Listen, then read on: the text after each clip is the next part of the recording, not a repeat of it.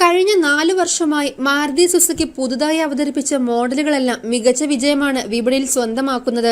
അതിന്റെ പിന്നിലെ പ്രധാന കാരണങ്ങളിൽ ഒന്നാണ് ഭാരം കുറഞ്ഞ ഹാർടെക്ട് പ്ലാറ്റ്ഫോമിനെ അടിസ്ഥാനമാക്കിയുള്ള നിർമ്മാണം. അതിലെ പ്രധാന മോഡലാണ് രാജ്യത്തെ ഏറ്റവും കൂടുതൽ വിൽപ്പന നേടുന്ന എർട്ടിഗയുടെ 2ാം തലമുറ മോഡൽ.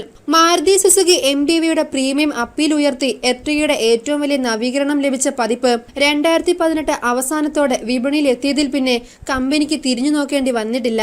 7 സീറ്റർ ഹാർടെക്ട് പ്ലാറ്റ്ഫോമിനെ അടിസ്ഥാനമാക്കി എത്തിയതും മാത്രമല്ല, ഇത് വലിയ അനുപാതത്തിൽ വിശാലമായ പ്രേക്ഷകരെ ആകർഷിക്കുന്നതിനായി ബാഹ്യവും ഇന്റീരിയർ നവീകരണങ്ങളും അവതരിപ്പിച്ചു. മുൻഗാമി നേടിയിരുന്ന വിൽപ്പനയേക്കാൾ ഇരട്ടിയാണ് MPV നിലവിൽ സ്വന്തമാക്കുന്നത്. ലോകത്തെ വാഹന വ്യവസായത്തെ മൊത്തത്തിൽ പിടിച്ചുകുലുക്കിയ 2019 വിൽപ്പന പ്രതിസന്ധി സമയത്ത് മാരുതിയെ പിടിച്ചുയർത്തിയത് എർട്ടിഗയുടെ വിൽപ്പനയാണ് എന്നത് യാഥാർത്ഥ്യം.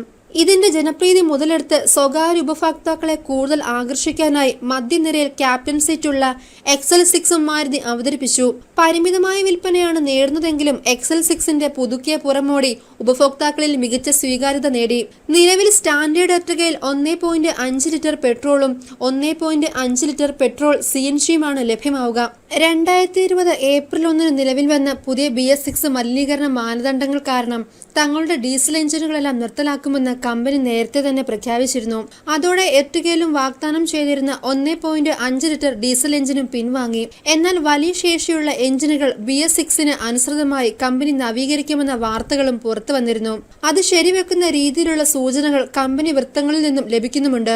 മാരുതി സുസുക്കി വികസിപ്പിച്ചെടുത്ത 1.5 litre DDIS 225 smart hybrid unit BS6ലേക്ക് പരിഷ്കരിച്ച് ഈ വർഷം അവസാനത്തോടെ വിപണിയിൽ എത്തിയേക്കും. ഇതിന്റെ ഭാഗമായി ഓയിൽ ബർണർ എർട്ടിഗയുടെ പരീക്ഷണയോട്ടവും കമ്പനി അടുത്തിടെ നടത്തിയിരുന്നു. എങ്കിലും ഔദ്യോഗികമായ പ്രഖ്യാപനങ്ങളൊന്നും മാരുതി ഇതുവരെ നടത്തിയിട്ടില്ല. കൂടാതെ അടുത്തിടെ 1.6 ബാഡ്ജോട് കൂടിയ S-ക്രോസിന്റെ പരീക്ഷണയോട്ടവും ഇന്ത്യൻ നിരത്തുകളിൽ കണ്ടെത്തിയിട്ടുണ്ട്. വലിയ വാഹനങ്ങളിലെ ഡീസൽ പതിപ്പുകളോടുള്ള ഉപഭോക്താക്കളുടെ പ്രിയം കണക്കിലെടുത്താൽ മാരുതിക്ക് ഓയിൽ ബർണർ മോഡലുകളെ തിരിച്ചുകൊണ്ടുവന്നേ മതിയാകൂ.